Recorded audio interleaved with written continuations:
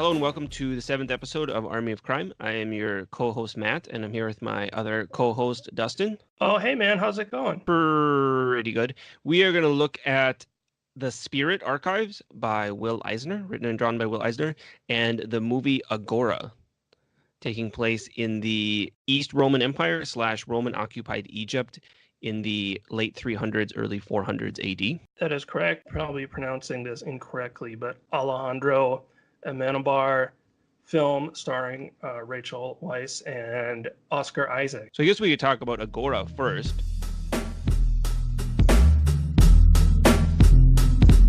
You had not seen this film before. I had not seen Agora before. I thought it was a really good movie. I really enjoyed a lot of the technical stuff. The fact that it literally includes like shots of like outer space. Like I think there's at least two shots. There's one, the opening shot, I believe, is of the planet Earth. And there's a shot that zooms in from the planet Earth into Alexandria, which if you remember, there's that old Hitchcock shot. I think it's in Psycho, where he does like a helicopter shot into a person's room. So now we've like upgraded that. We're literally starting in space and looking down all the way into the city of Alexandria. There's a lot of really nice shots of just the city too. So it really gives you a good sense of space and of like the world. And of course, she's concerned with studying the movement of the heavens. So seeing it from this global kind of image, this global perspective of seeing the whole planet, I think really ties into that nicely thematically. During the attack on the library too, I noticed there's even an upside down shot. Yeah, The camera literally tilts all the way upside down. Films should have more upside down shots. Probably not wrong about that. We should maybe give some quick background on this film. So it's about the philosopher and astronomer and teacher who lived in Roman-occupied Egypt in the 300s and 400s AD. Her name was Hypatia, and it's about her life teaching there, and then her life getting kind of mixed in with the rising conflict between the Jews, the Christians, and the, for lack of a better term, the pagans. So it kind of operates actually on a few different tracks, because you've got a love triangle between Hypatia and two of her students, one of whom grows up to, well, actually, her student, played by Oscar Isaac, who ends up becoming the prefect of Alexandria, and then a former slave of hers, who also has romantic feelings for her, who is freed and then ends up joining this militant Christian sect.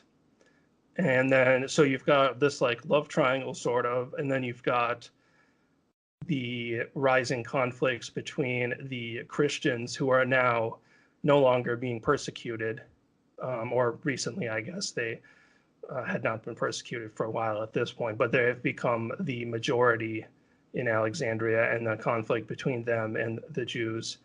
And then they eventually make it so that like the pagans can't worship in public. And then you have Hypatia, who is, as you said, is attempting to study the movements of the planets and the stars and the sun, and kind of developing theories about how this all like fits together. And I thought Rachel Weisz did a really good job showing someone who's both really smart, but she's also kind of naive in a lot of ways, because she doesn't seem to realize how dangerous the situation is getting for the city that she lives in. You know, she's just really focused on studying her math and her science. Yeah, I think the film manages to avoid a lot of weird tropes that would come up, because there's like the scientist that can't remember to put pants on thing, and they kind of avoid that while also getting across that she is much more focused on science and philosophy than the everyday stuff that's happening outside her window. And as you mentioned, there's sort of a love triangle, but I don't think she's ever actually in a relationship with any of those people. So it's more of her character never seems to be romantically interested in anyone. There's basically just two men who are pining away for her. And actually, I thought that part of the film was the least effective. And thankfully, as it goes on, they don't really devote a lot of time to it. Yeah, that's where I like that they kind of sidestep that. Like, you kind of set it up a little, and then eventually they end up sidestepping it. It's really more of an acquaintance triangle, or a triangle of people who know who each other are, more than an actual love triangle, which would not have been as interesting. Yeah, and like you were saying before, I think the director, Alejandro I'm sure I'm butchering his name, Amenabar, um, does this really interesting thing where he, in line with Hypatia's interest in the stars and the planets and how the heavenly bodies all fit together, there's often these large, expansive shots of the city of Alexandria and of the Earth, and the camera sort of like pushing in from the view of the Earth, like into the city of Alexandria, into the library. So it like shows how minuscule the conflicts between these religions are, and kind of keeps your perspective where her thoughts always are, which is like, how do all of these bodies floating in space fit together? Like, how does this all work? Right. You have some really nice overhead shots where you can see all the people bustling around, and they're just like little dots. Yeah, it really like, I think effectively dwarfs, like demonstrates from her perspective how small and inconsequential all these human problems are in comparison to, like, the sun or the earth moving around the sun, or the sun moving around the earth, depending upon your perspective. I also liked that they avoided the trope of the ancient smart person just like deducing all kinds of stuff that they wouldn't really be able to figure out, because she didn't just like figure the whole thing out and go, aha, I figured out, there's an elliptical orbit and everything has its own gravity, which is kind of what she's circling the whole movie, no pun intended. But it manages to have her sort of figure some of it out without it just being like, oh, here's a smart person, so they just automatically know a bunch of stuff that a person from their time period probably wouldn't know. Yeah, and so apparently there are no writings of Hypatia that survive. So it's not actually clear what she all would have known or what she figured out or didn't figure out. So I think the film wisely errs on the side of, not crediting her with the discovery of, like, everything in the world having to do with astronomy. What did you think of the depiction of the conflict between the Christians and the Jews and the pagans? So as a giant history person, I had thoughts on that. So this conflict, they're kind of showing us some different things here. So there's Hypatia of Alexandria and her life, and then they're also trying to show large scale like cultural forces happening, and they're trying to have it happen in kind of her lifetime, because by that point in the Roman Empire, Christianity, like you said, was already the majority religion. So it would not have been a situation where when she was a kid there was pagans everywhere, and now that she's older there's Christians everywhere. She basically would have grown up in a Christian world, or in a majority Christian world. So Right. that is undoubtedly, I think, an actual historical process that took place, and there would have been some kind of cultural tipping point where a bunch of people would have started converting because it just seemed like the thing to do. Nobody wants to be on the losing team. So people would have started mass converting, I'm sure, at some point. I feel like that would have already happened. I think that already happened like before she was even born. I think she would have lived more in the world where almost everybody is Christian. Yes, I think that was a bit of creative liberty. What I did Which, like, though, was it showed why somebody might become Christian. Because I don't know about you, but in the first half of the movie, I actually had a lot of sympathy for the Christians because they are being oppressed and the guys with swords are coming out to kill them. Part where Davis, Davis the Slavis, grabs a sword and he wants to like start smashing the pagan statues. Like, I was kind of there with you. I was like, yeah, Davis, fight the oppressors. right, the Christians are able to successfully move from the oppressed to the oppressors themselves. Which was definitely a thing that happened. It was not a thing that happened within one person's lifetime.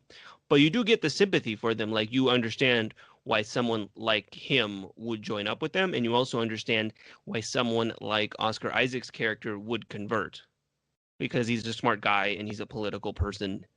And there's going to be a point where it's just in his interest to convert to Christianity. So in that sense, I think that's a lot of interesting things that it shows us. It is a historical creative license to squeeze it all into one person's lifetime.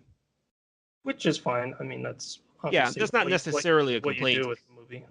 Right. And I did research it a little, and it looks like the Cyril of Alexandria was responsible for the expulsion of the Jews. So that part of it is definitely accurate. It's a weird dynamic that develops between Christians and Jews once you start moving into the medieval, closer to the medieval period, because there's definitely this thing where they start turning against the Jews in greater and greater numbers. Anytime like an East Roman emperor wants to drum up a little popular support, they'll pass some kind of laws prohibiting Jews. And we see Davis has sort of doubts about this, but they fall back on that old, they killed Jesus line, which I Yeah, guess well, people never really get sick of. it has yet to go out of fashion. That character's motivation seemed to mainly be his love for Hypatia, because he is, and this is, I guess, not really a spoiler, because this is one of the few historical facts that is known about her, but she gets killed by a Christian mob for, well, a law is passed basically saying that everyone has to be publicly baptized who is not already known to be a Christian. And she's like, okay, fine, whatever. It How seems like awesome. they're basically giving her an ultimatum to retire from public life Yeah. and basically go hide somewhere, like stop showing her face in public. They seem offended that there's a pagan who has this like position of prominence. I think it has more to do with that political angle, Yeah. but just like in real life, there's a weird confluence between religious and political angles when you have people from ostensibly somewhat different religious organizations, because the prefect is Christian, but he's drawing on a different set of Christians for his support, whereas Cyril has control of like the Christian religious police. So it is a religious conflict. It's also a political conflict. And I think that's actually a good, I think it illustrates that very well, because that is a lot of how those conflicts play out, because they're religious conflicts kind of over scripture. They're also political conflicts. Yeah. So basically, yeah, she's unwilling to go along with what the Christians are demanding of her. And then a mob, of these like militant Christians, this militant sect grabs her off the street and they kill her. Though in the film, I mean, I guess it plays out a little differently in the film. I won't spoil it because it involves, Davis is the character who is the Christian who is still in love with her, and he's like attempting to stop them. But it doesn't break from history overall. Like the mob does kill her. But Which again is not a spoiler because it's from 400 AD. yeah, and I think it's one of the few concrete facts that are still known about her is that she gets killed because of her, I guess, suspected influence over the leaders in the, intelligentsia of Alexandria. So it sounds like that you, even aside from the history, you did really enjoy this film. I did really like the film. Yeah, there's a lot of really good imagery. Like you said, the shots of the city. There's a lot of good acting. I think it manages to have a lot of things happening. In the script, you've got she's a teacher, there's the math, there's the science. You get this kind of political thing. So yeah, I liked it. I thought it was a good movie. I could go into the historical stuff, like the Library of Alexandria. The burning of the Library of Alexandria would not have also happened in her lifetime either. Yeah, And that that was that happens in the sort of prologue section of the film, and they kind of take some creative liberty in moving that into her life. But that's just how when you make a movie about it, you're trying to depict some sort of cultural forces moving, which is a very difficult thing to show. So I think they actually do a good job of that. right, because that's something that in reality would happen, generally over the course of like several generations. So you want to be able to show it in some kind of like dramatic way, and that while also making a film about Hypatia. So you kind of like put it together. Here's a question. What did you think of the character of Davis, the slave? I actually did not care for. He's played by, I believe, Max Minghella, and I was not like a huge fan, to be honest. I did not. I felt like his character and that performance were kind of a weak point in the film because his motivation just seems to entirely be he's in love with her and he doesn't know what to do. And I think the love angle is the weakest part of the kind of three plots that the film is sort of juggling. That's interesting because I actually liked his character, and I did not even see him motivated by love necessarily because he really doesn't make any attempt to interact with her for like years and years and years. That's true. He kind of like sees her on the street one day, and then I guess that kind of like brings it all back. Yeah. And he is kind of like doubting, like, was it good that we just like massacred all these like Jews? Was that a good thing to do or no? And then Yeah. everyone's like, yeah, no, it was awesome. You have to assume there's a lot of people like him in that kind of a movement, but they just kind of keep their mouth shut and go along with it. There's some kind of point where it just gains like a momentum and people get sucked into it. I found the Oscar Isaacs character as the prefect and like the bishops, I found that to be kind of more interesting. Sounds like you like this movie maybe a little more than I did. But I did like it a lot, yeah. both, And this is a historical time period that I'm kind of interested in. Yeah, I think overall the film does a really nice job of making you effectively care about the conflict between the Christians, the early Christians, and the other religious groups in Alexandria, and in illustrating kind of the life of Hypatia.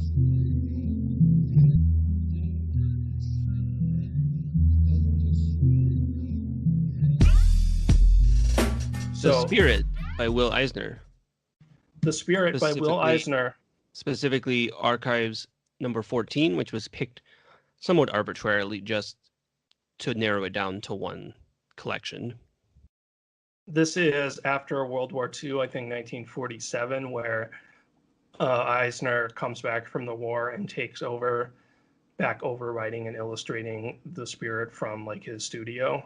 Right. So the background would be The Spirit is the comic strip, technically, because it was premiered in the Sundays. It was a newspaper insert. Yeah. So I don't know if you even call that a strip, then it's its own thing. I guess it's almost like a little magazine. It's like they were like like a 7-page comic pamphlet that was included as part of the Sunday paper, I believe. So written and drawn by Will Eisner. Will Eisner, of course, of Eisner Award fame. So he's considered basically the grandfather of comic books as an art form, or sequential art, if you want to get hoity-toity. Which written and drawn by Eisner. But anyway.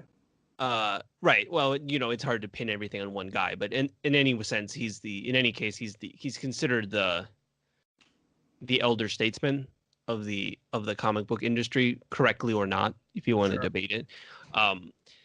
And the Spirit Archives tries to collect the whole thing in order. So we picked 14. That's after he goes to World War II. There's a stretch of about 5 or 6 volumes where they are not by him because he goes to the war, he comes back, and then most people consider that kind of is the cream of the crop once he comes back from the war. Things kick into high gear. So I've read through Spirit Archives volumes like 1 through 6 on my own, and then just kind of a smattering of later ones. So yeah, we picked 14 somewhat arbitrarily, but these are all written and drawn by Eisner, and there is a stretch where they're not all written and drawn by Eisner. So something about the Spirit. I mean, there's a lot you could say. People have probably written books about it. Well, let's say this. Do you think that Will Eisner's Spirit comics are good? I think that they are good. Yes. There is a couple things we could talk about with their goodness. So the art is good. And I think the fact that he incorporates some of the titles into the art, and he has there's a shot in this panel where it's like a house and you can see people running down through all the floors of the house. So like each panel is like a room of the house and it's a full, it's like a full image. He does a lot of cool stuff like that. And I think that's good. And I think there's a nice sense of movement, of momentum in the panels, in the way he incorporates the art. So I think the art on like a technical level is very good. Would you agree with that? Yeah, I think that the art is great. Like you're saying, because each one of these is basically a self-contained story in 7 pages. So they're very, like he does a great job, I think, of keeping the art very fluid and keeping the momentum of the stories really moving. And like you said, the Spirit is kind of famous for these like opening splash pages. They're not really splash pages. It's like a half-page image often, or even like a full-page image where the title of the comic will be like incorporated into some kind of like larger art piece. That's like the opening of the story. And that stuff is all really impressive. And he's also got a lot of like really striking images throughout. Will Eisner has, I think, been very open about being influenced by like pulp detective fiction and like film noir. So there's often a lot of like really interesting sort of like shadowy images going on, like in the first story in this collection, which is called Perfect Crime. It's about these like people who retreat to an island to hide out from the Spirit, and it gets into all these like moody kind of like shadowy sequences of these criminals like slowly going insane as they're worried that the Spirit is going to catch them. Yeah, and if you're talking about the stories, ostensibly it's like a detective thing. He's like a private detective who works for the police department. I actually found the best stories, or the ones I like the best, were the ones where he simply uses the Spirit as like a framing device to tell a story. And the one you're talking about, the Spirit is in it very little. and most of the is just people. Most of the story is people talking about the spirit. I believe they always refer to him as some kind of outlaw. But yeah, often they'll just be like these little self-contained like crime stories that the spirit will like pop up at the end to like arrest somebody or something like that. It also veers into science fiction, and I like the science fiction one too. Which were some of your favorite stories from? I like the Perfect Crime, as you mentioned. It's actually the first one in here.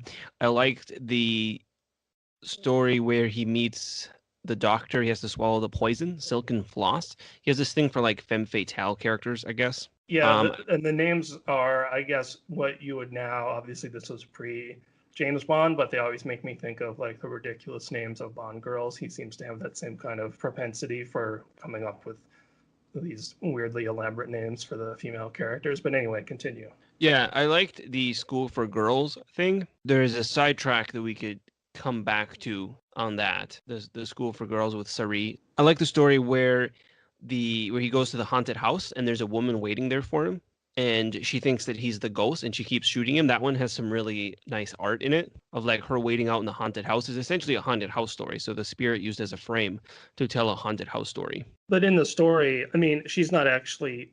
She's worried that this guy has come there to kill her, so she keeps attacking him, but she never really gets a good look at him. And then it turns out that it actually is the spirit. She asked to come out there to help her. Right. And he just made it there faster than she thought he would. Yeah, so there's one that's called Escape, where it's just the story of these three different crooks who break out of jail and what becomes of them. So it like each one starts with this little card showing you who they are and what their crimes are, and then basically what immediately becomes of them as they break out of jail. And of course, none of it ends up being that good. You know, they don't come to good ends, you would say. There's a story where Will Eisner, it's called like No Spirit Today, where it's about how Will Eisner didn't do a spirit comic, so the spirit is mad because he's like, I go on all these adventures, and now Eisner can't even like do a book this week, where Will Eisner gets attacked by a character that he creates. So most of the story is like from a first-person perspective of Will Eisner himself. So that one's a lot of fun. It's actually weird how many like meta references there are in here. Yeah, because later someone will be like, "Oh, Spirit, you never got beaten up. You usually get beaten up before one of your adventures is over." Yeah, and then somebody clocks him right at the end. That's kind of one of the running jokes of this Spirit comic, is that he always like gets the snot kicked out of him. I really like the story called Hangley Hallyer Mansion, which is one of the stories that only has the spirit, I think, in like one or two panels. But it's basically this woman relating the story of how she's attempting to murder one brother so that the other brother will marry her, because the one brother that she wants to marry is basically stuck caring for his invalid brother. So she keeps trying to kill. I guess that doesn't sound like much as I explain it, but it's sort of a fun like little dark comedy of this woman who keeps trying and failing to kill this guy so that the brother will marry her. Should we talk about the racism? Yeah. Yeah, so the spirit has a sidekick character who is this kid named Ebony White, who is supposed to be... Of course his name is Ebony White. Right. He is black, and he is drawn in this extremely caricatured like racist way, where he has like these like giant red lips, and it's like every time that Ebony White shows up, you know, like so much of the spirit is so like masterful and so clever and so intelligent, and then every time Ebony White shows up, you're just like, oh. There's even entire stories basically starring Ebony. Yeah, there's like a story in here where it's like about him like trying to get like a jazz band together that's like full of these like black caricatures. And there's another like a Pickaninny character that's like 6 inches tall. I'm not even sure what he's supposed to be, if it's supposed to be like a little kid or, and it's weird because he has other like black characters drawn in like a perfectly normal way who speak in a perfectly normal, non-stereotypical way. But he doesn't seem to see the problem with leaning into these characters. And I tried to read on this a little bit, and he seems to think his reasoning is that he's trying to like reappropriate, I guess, or like use this character, but use it for like a good character or like a positive character. I don't buy I that at don't, all. I don't, I can't, I don't really know how to explain it, but he does lean into some extremely racist characters. Characters is the short version of it, and I really, it kind of doesn't square up with, like you said, how intelligent and well put together a lot of it is. It's like, by the way, here's the jazz singer and Citizen Kane spliced together. It just seems very weird. Part of it is that the character of Ebony, I think, is something that he has decided is going to be the comic relief in the Spirit. So it's like you'll have these intelligent, really like well done little like crime stories, and then whenever not whenever, but then when he wants to like go to a joke, it's using this like racist character, which is really an unfortunate decision that he kept making for years and years, because people apparently even at the time kind of like criticized it, and he kind of like stuck to his guns. Yeah, I believe he eventually does drop Ebony and replace him with a different sidekick. Oh, really? What's the new sidekick? I believe Samuel is the sidekick that he uses for the last stretch of the Spirit, which is a kid. So it fulfills the same role. It looks kind of like a cartoon character compared to how everyone else is drawn, but he is not a Yeah, racist character. that's a And it seems thing. like the better choice would be to just go with a black character that is not a character.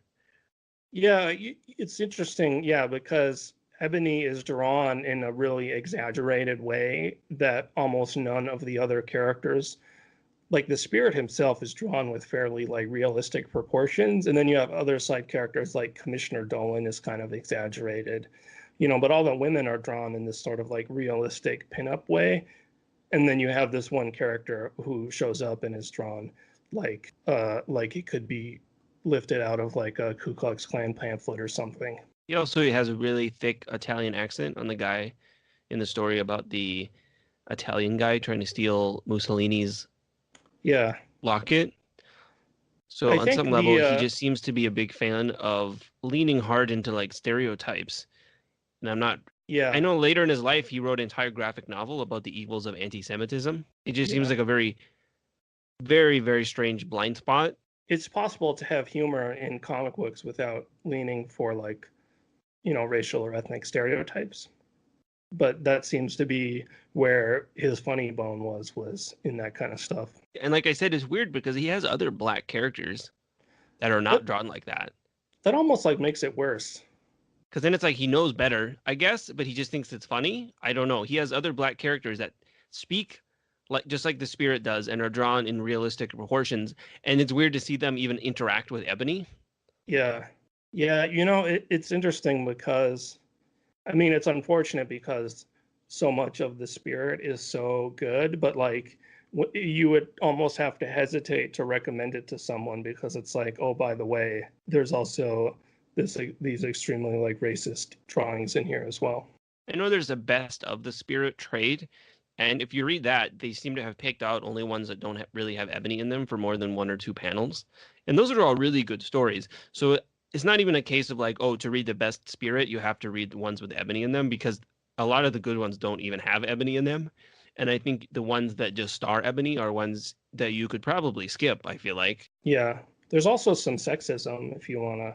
Yes, the gender roles are also not great because most of the female characters are either a femme fatale or like love-struck schoolgirl.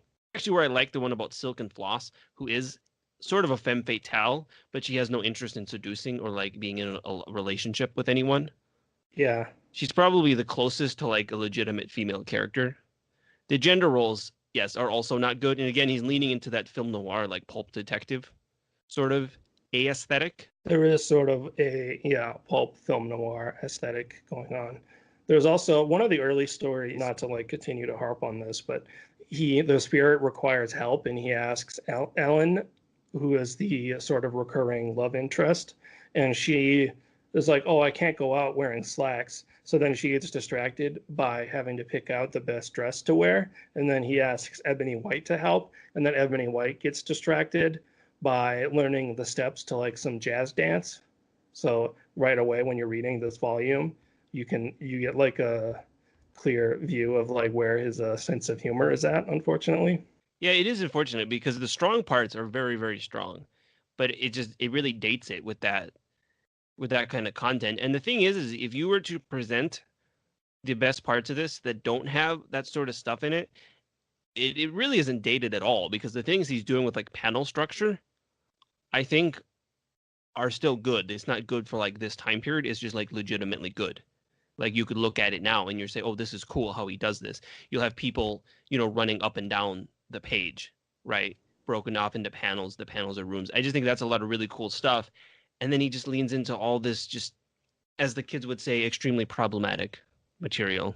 Yeah, the spirit is, to use the parlance of our times, a bit of a problematic fave. How do you? I don't want to like excuse it and say, "Oh, that's okay," because he's really good at making comic strips. So I don't know what if you want to throw somebody could throw Will Eisner under the bus for that, and I guess it is what it is.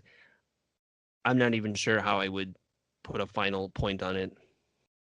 I would just say that, if you're interested in these kinds of really sharply done sort of action, adventure, detective, crime comics, it's worth checking out as long as you are okay with the racist and to a lesser degree sexist content. But like on the whole, in terms of like the cartooning and the creativity, like this is some of the best American comics that would have been being created at this time, or like comics as a whole, like as far as like a book, you could put it right up there with like Plastic Man and some of the better like adventure strips.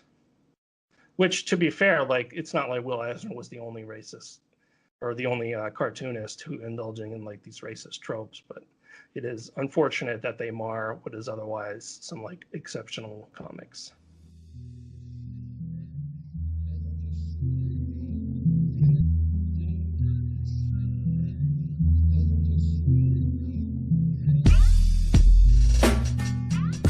Do you have a recommendation?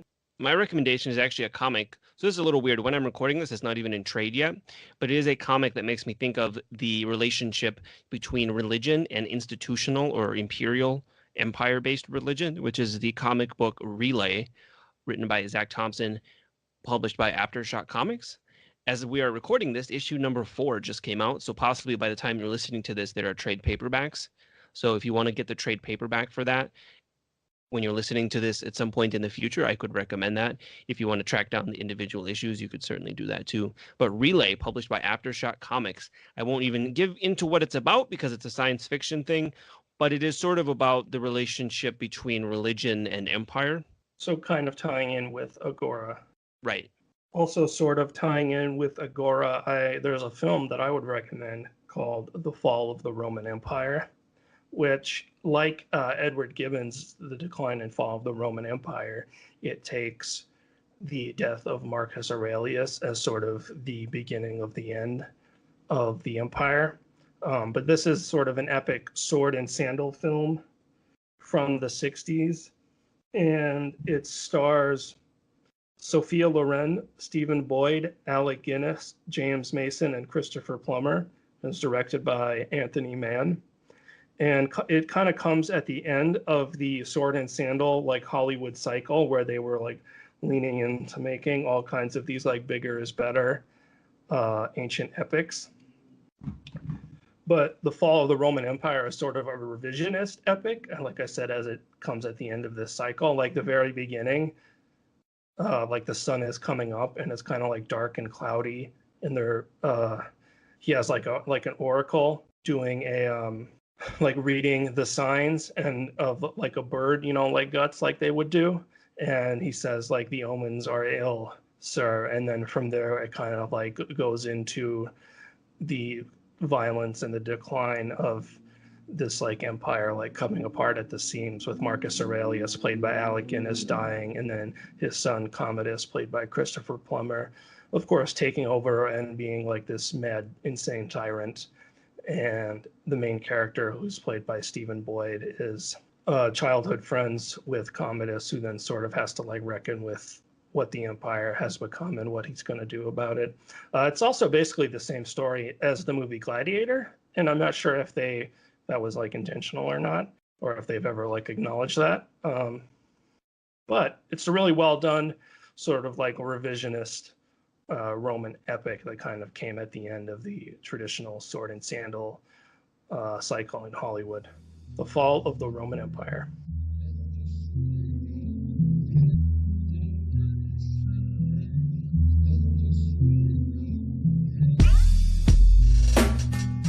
That's our show. Thanks for listening. You can find us on Twitter. I am at Army of Crime, and Dustin is at Dustin4444. Let us know what you thought. If you thought we missed something, just let us know. If you want to leave a review, whatever podcatcher you use, Stitcher, I use Podcast Republic. It's all good. Whatever you're listening to us on, if you thought it was worth a listen, give us a 5-star review. That would be very, very helpful. Or like I said, find us on Twitter, social media, let us know what you thought. As always, try and stay alive out there in the scary, dystopian world of the future that we live in now.